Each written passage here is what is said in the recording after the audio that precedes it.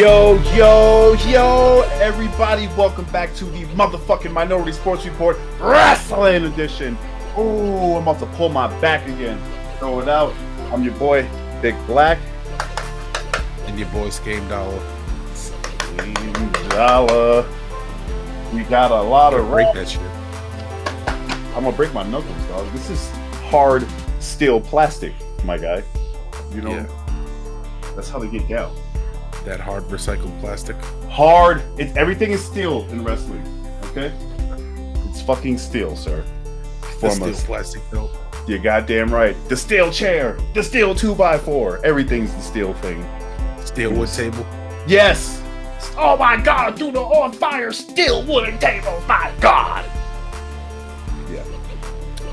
That's me, and I'm sober as fuck, so that's fucked up. I need to get high so I can calm down a little bit. But yeah, we got wrestling, dog. We got the wrestling for all you motherfuckers. Yeah, got a lot of shit. A lot of shit. First off, there's a new documentary about Stone Cold on A&E. It's called Biography, Stone Cold Steve Austin. Very clever. Premiered Sunday, but I just Googled it. I watched it online on A&E's website. I'm sure you can Google it or find it on demand or something, but if you were a fan of Stone Cold during the Attitude Era, it's definitely worth a watch. Basically covers his shit from the Indies to WCW, the ECW, to WWF/WWE, depending on when he joined. It went over when he got paralyzed by Owen Hart. Well, not paralyzed, but like he was temporarily paralyzed in the ring, and he fucked up his neck in that match versus Owen Hart, and then his comeback and fucking his last match with The Rock and shit like that. That was pretty dope. That is dope. Because I do like Stone Cold from the Attitude Era. Yeah, it was cool. Exactly 1 year to the day that WWE released a bunch of wrestlers, they did it again. So last year, at the start of COVID, they released a bunch of wrestlers, some including names like Miro. Well, he wasn't Miro then, but Miro, Matt Cardona, who's an Impact, Brian Myers, who's an Impact, my boy Leo Rush that I've been watching in New Japan, the Good Brothers, Deonna Purrazzo, who's the Impact Women's Champion, Eric Young from Violent by Design. I had no idea those were all former WWE Ty guys. Conti. I knew about her, Conti. So they all got cut in that first round last year. This time around, big names such as Samoa Joe, former TNA/Impact champion. He was NXT champion. He won like almost every belt in TNA when he was with them. So it'll be interesting. All these wrestlers, they all have 90-day no compete clauses. So they can't do shit for the next 90 days, but will be interesting to see where they land. There's Mickey James, who you may remember from the Divas era of WWE. I stopped watching by that point. We have Bo Dallas, who's the real life brother of Bray Wyatt, the Fiend character. Oh, okay. And you know who's his father? Well, their father. Huh. Do you remember Erwin R. Shyster? Yeah, IRS. Hell yeah. Yeah, that's their pops. Oh shit. Okay. Yeah, I didn't know that. That's tight. Hell yeah. That's what's up. There's also Chelsea Green, who is the girlfriend of Impact wrestler Matt Cardona, who was released last year. We got Peyton Royce, who's married to Sean Spears. So, I mean, it'll be interesting to see if they end up with their spouses or significant others. Right. We have Callisto, who happened to be trained by Dusty Rhodes and also Billy Gunn. So, I mean, he landed in AEW. Yeah, that's almost a shoe-in right there. Mm-hmm. Then the others are Tucker, who I didn't know much about, Billy Kay, Wesley Blake, and Mojo Rawley. So it'll be interesting to see where these people, well, first off, to see what their name changes are, if they have to change their name, and where they end up. Oh, yeah, they'll definitely change their name because WWE owns all that shit. Yeah. This happened Thursday, the 15th. Wow, that's crazy. I did not hear about that at all. Yeah, I guess this is typical for them to do it after WrestleMania, but I guess the time, because of the times, it's more than the usual that it's been in years past. It's crazy. Yeah. Crazy. Then I guess we'll jump into some Impact. Yeah, Impact my chesticles. Impact on Access TV. Asses. We had Josh Alexander defeating TJP in the opening match. That was a great one. That's I love their X division. Any match with those dudes is awesome. And these two are two of my favorites in that division. I really like those guys. Word. Then we had Carl Anderson of the Good Brothers taking on Crazy Steve of the Decay stable with Rosemary. You've seen them before. They're like the undead squad. Yep. Yeah. So Carl Anderson got the win over Crazy Steve. Then after that, we had Eddie Edwards coming out and calling out Violent by Design. Him and Willie Mack came out to the ring and they started talking shit about Violent by Design, blaming them for the attack on Tommy Dreamer at Hardcore Justice, saying that they were the ones who jumped them backstage. Violent by Design came out, and Eric Young, who we mentioned earlier, got let go by WWE last year. He basically said, like, listen, we like to take credit for it, but it wasn't us. And basically Edwards invited them into the ring and a brawl broke out. Eddie Edwards and Willie Mack were outnumbered because Violent by Design got 4 people in it. Oh yeah, remember they got Rhino, that big Jack dude with the weird mustache, and that Diener dude. So they were outnumbered. So that's when Cowboy James Storm and Chris Sabin came out to help Eddie Edwards and Willie Mack, and they proposed an 8-man tag match. I'm not sure when that's happening. I'm assuming it's going to be this week on Impact. But yeah, we'll see. Now, Impact, is this on Thursday now? Yes. Okay. Yeah, Thursdays on Access. Yeah, officially. Yeah, because they basically didn't want to compete with NXT, who moved to Tuesdays, which was Impact's old spot. Right. Because NXT didn't want to compete with AEW on Wednesdays. So, yeah. Wrestling, it's a great time to be a wrestling fan. Which the first week of AEW Dynamite being unopposed, their ratings were crazy from what I said, from what I seen. But through the roof. Yeah. Through the roof. Next up, we had Jazz. She came out and was giving her official retirement speech. She was thanking her tag team partner at the end there, Jordan Grace. Called Deonna Purrazzo, the women's champion who beat her at the last pay-per-view. Called her like the future of women's wrestling and shit like that. And she got interrupted by Fire and Flavor, which is Kiera Hogan and Tasha Steelz, the Impact Women's Champions. I was going to say, they're the champs, women's tag team champions. Yeah.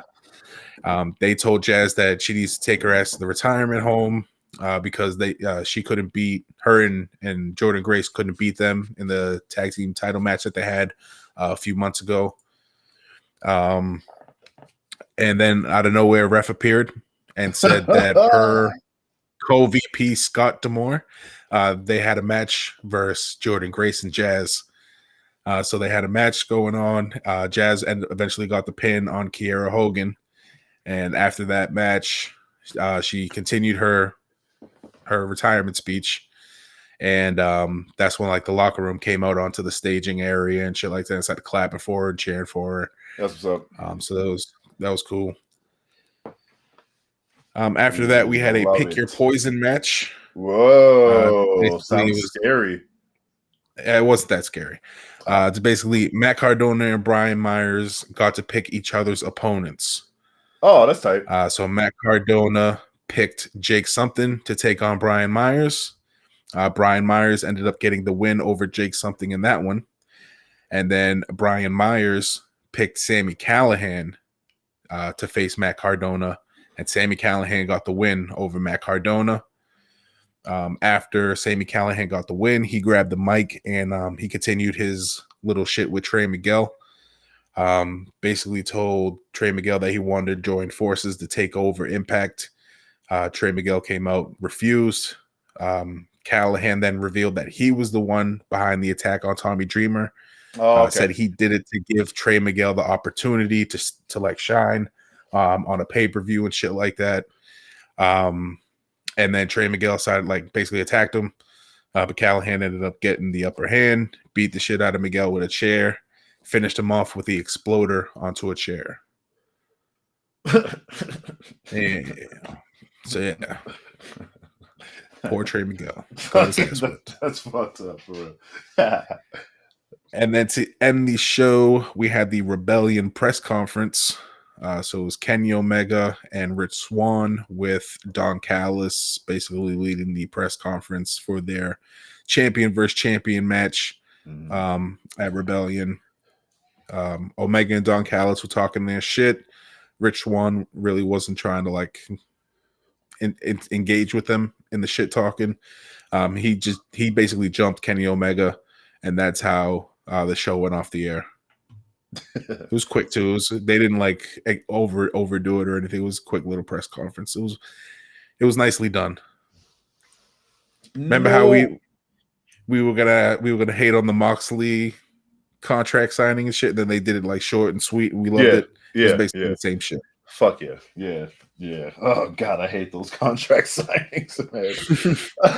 It's like so I wasn't looking forward to when I heard about that shit, but then when I see what they did, it wasn't bad. It wasn't bad. I guess we'll jump into some New Japan. Oh some more shit you don't watch. Yeah, sorry. I'm editing. So the Japanese.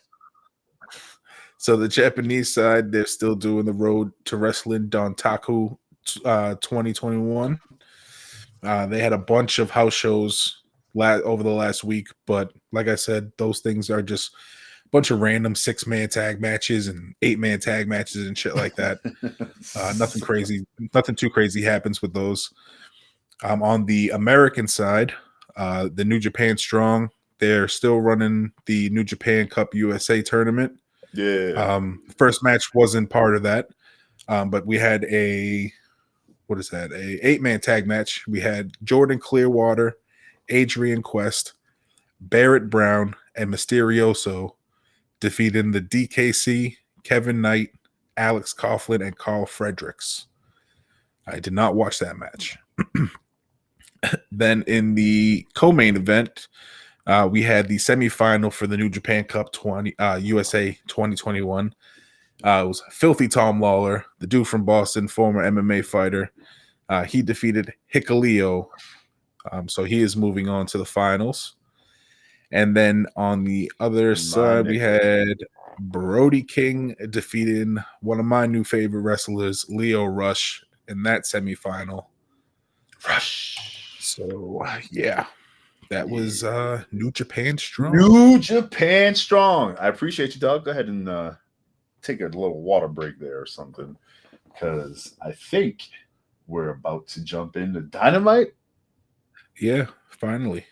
Oh, some shit you like. I guess I like shit. I like New Japan. I just can't watch it currently because we're recording and or I'm editing and or working or being a dad. So, having said all that, Dynamite is now unopposed on Wednesdays. Like Scam said earlier, they drew over 1.2 million viewers for the first time since like the first episode aired on TNT. So this is like their biggest number, which is awesome because it's only going to get bigger from here because they're unopposed on Wednesday. So that's fucking tight. And get on the fucking train. It's not a bandwagon yet. Get on the train because the shit is pulling off. It's going real fast, especially WWE cutting niggas. Woo, woo! Oh shit, that's gonna be my fucking wrestler name. All aboard, motherfucker! No, so this Ghost Train from Rick and Morty. Ghost Train. Shit. But yes, let's get into the RASSLIN. I honestly don't remember how it started, but refresh my memory. Well, it started off with a bang because we had the AEW Tag Team Championship match. That's right. Holy shit. Yeah, we did. And the Christian Dior's. Yep, the Christian Dior fucking and Jordan 1s. Oh God, that was so great. Ray Phoenix and Pac getting their title shot against the Young Bucks. But yeah, so this is a fantastic match. At the end, the new heel Young Bucks, in true heel fashion, Nick Jackson pulled off Ray Phoenix's mask. Yeah. And obviously Ray Phoenix was covering up his face because he doesn't want to show his face. So that gave the Young Bucks the win because he was an easy pin. Then after that, they hit. Yeah, go ahead. No, after he pulled off the mask, they gave him the stereo super kick. Yeah. They both super kicked him to his hands. So he kind of blocked it, but he still sold it like he got knocked out. And that's how they got the pin. I was at Target the other day and I was like, oh shit, they got AEW toys. And it was the same. It was the Jackson Boys and Rio. It was what they had. And I was like looking at the Jacksons and I was like, man, I did not like the Young Bucks. I did not like them prior to this past Wednesday. I mean, I like them. I think they're phenomenal wrestlers and shit, but I just their whole shit. But now that they're heels, man, it's the minute they turn heels, I was like, all right, I'm fucking with these niggas now. And so I'm looking at the toys. I'm like, oh, I want these now because they're bad guys, but they're, doing the fucking Ultimate Warrior colors and all that shit. And I'm like, I don't want that. So I put it back down. And some random dude, he's like, comes out of nowhere of the aisle, just like basically like, hey, dude, do you have a Darby Allin? I already got one. You can have them if you want. And I was like, nah, I already have it, but that's fucking tight. Long story short, believe me, there's a lot to this story. This dude runs like an Instagram page, and I fucking forgot what it was called. But he does like custom wrestling figures and just like all types of crazy shit. And he was showing me his page, and I was like, yo, I got to follow you. But as soon as I got into the car and grabbed my phone, it was like everything just evaporated. So I was kind of heated. But I'm going to try to find that shit because he was like, yo, I'll hook you guys up with like some shit. And he's like, yo, buy this thing. I bought a Macho Man figure. He's like, buy this shit. It's on sale. Trust me, you're going to want it. And I was like, okay. I bought it. Sure shit, it was on sale. It's like, oh, man.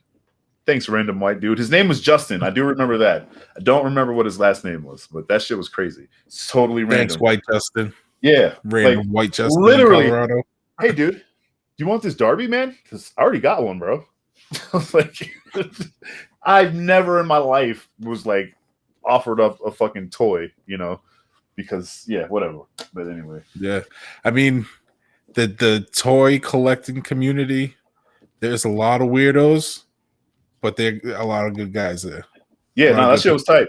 That shit was tight. Yeah. Shout out to you, Justin. I'm going to find you. It was Unboxing Unlimited or something like that. It was, fuck. I don't remember. Yeah. You need to find that and bring that back next week. We got to show I can't.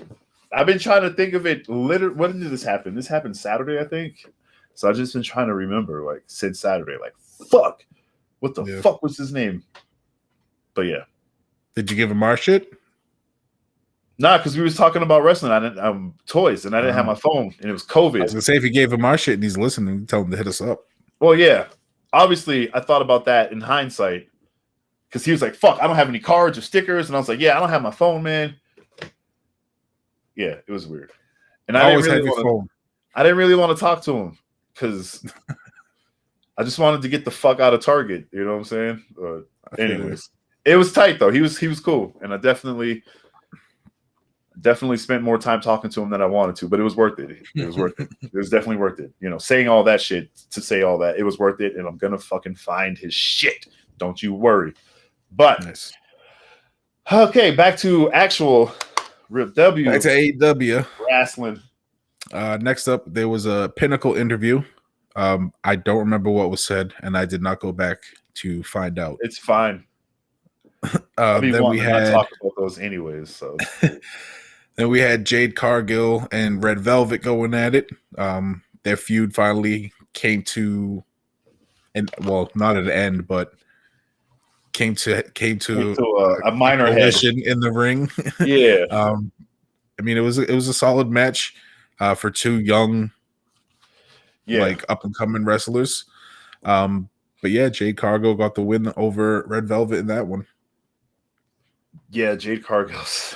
Oh God, So jacked. so jacked. So jacked. It's crazy how So attracted jacked. to her So that cut. I am. It's so crazy. Like I don't like muscle chicks. Like that's not my thing. But her, I don't know. Something about her. It's crazy. Something about her. Something about it. Next up, we had another up and comer of the new factory. We had Anthony Gogo. Oh yeah, the split off of the Nightmare Family. That's right. Yeah, under QT Marshall. So Anthony Gogo had his first official AEW match against Cole Carter, and got this stopped in one shot to the gut. Hit it with a body shot. Dude went down hard, didn't get back up. Yeah, and Anthony Gogo got his first win. Nothing too spectacular, just some wrestling fundamentals and then a punch to the body. Yeah, pretty much. Stick with what you know, I guess. Right. That's it. That's fucking After that, we had a Miro promo, which again, don't remember what was said there. Tight. Next, we had the Special Enforcer match. We had Chris Jericho versus Dax Harwood with Mike Tyson as the Special Enforcer. Only one member per team, so one member of the Inner Circle and one member of the Pinnacle can come out with each guy. Chris Jericho came out with Sammy Guevara, and Dax Harwood came out with his tag team partner Cash Wheeler. Obviously, with these two squads over the course of the match, all of them came out, got into some shit, started fighting it out. But at the end, Tyson was able to clear out Cash Wheeler, who was trying to interfere, and that allowed Jericho to hit the Judas effect on Dax Harwood, and that's how he got the win there. And looks like at the end there, it looks officially that Tyson is a member of the Inner Circle. Yeah. This is fucking crazy. So he not only is he an honorary member of DX, he is now a member of the Inner Circle. It's fucking crazy. Fucking Mike Tyson, bro. Mike Tyson. It's so crazy. I'm the baddest motherfucker on the motherfucking planet. It's true, though. That nigga still kills. It'd be funny if he becomes like a full-time wrestler. Nah, I don't think there's enough money in it for him. Because that what is it? That Legends Only League? That's true. Like that shit. Oh yeah, that's right. That's right. That shit's gonna be. Oh yeah, tight. that's right. I forgot he came out with the shirt promo, like basically advertising that shit. Yeah, like that shit. Oh, it's gonna be great. What a time to be alive, huh? Donald Trump's not president anymore. There's like 3 competing wrestling shows. 2 of them really matter. Fucking yeah. Whatever I just said 10 seconds ago. Yeah, this is fucking yeah. Word. Next up, we had a still unsure what to call them. I guess the new elite. Right. The Young Bucks with Kenny Omega, the Good Brothers, Don Callis. They cut a promo where it's basically the Bucks talking. Said they were tired of doing what everyone expects of them. Basically explaining tired of everyone. They literally said the DX line. That was like that DX from the song. They just got tired of people doing whatever. But they said that shit, and I fucking died. Yo, I died. It was fucking well played, guys. Well played. Yeah. It was tight. After that, we had Chris Statlander in her first official match back. Looking fucking fantastic. Looking in great shape. She took on newcomer Amber Nova. This was a solid match. Chris Statlander, the new best friend, came out with her new squad. She got the same theme song as Orange Cassidy. Yep. You're using that shit. Chris Statlander got the win over Amber Nova. Looked great in that match. Yeah. Yes. I'm really happy she's back. Mm-hmm. She's really good. She's really good. And then in the main event, we had the TNT Championship match. And this one was Falls Count Anywhere. It was Darby Allin taking on Matt Hardy. obviously, with Matt Hardy, the heel Hardy. He had his Hardy family office come out and interfere. Dark Order and Sting came out to help out Darby Allin. Randomly, Ethan Page and Scorpio Sky tried to get involved and attack Sting, and Lance Archer ended up saving Sting. Sting and shit happened in between, but Darby ended up getting the bat from Sting, and he hit Hardy with it a few times, climbed up on the fucking lighting rig behind the announcing booth and hit the coffin drop from what they were saying was like 20 feet in the air off the lighting rig through the announce table, and that's how he was able to pin Matt Hardy and so tight. Retain his championship belt. Yeah. Fuck, who is he facing this week coming up? Shit. I just saw it right before we started recording. Oh well. Because I was reading about the ratings. But yeah, there was a bunch of shit. It's next week's episode is gonna be tight as fuck. Or I should say, if you're watching this when it comes out, today's episode of fucking Dynamite should be amazing. Ooh, okay. It's Jungle Boy. That's yes, Jungle Boy and Darby. Jungle Boy. That's gonna be primo fucking Watch that shit. Watch it now. Honestly, I would like to see Jungle Boy get the win there. I don't think they would do it.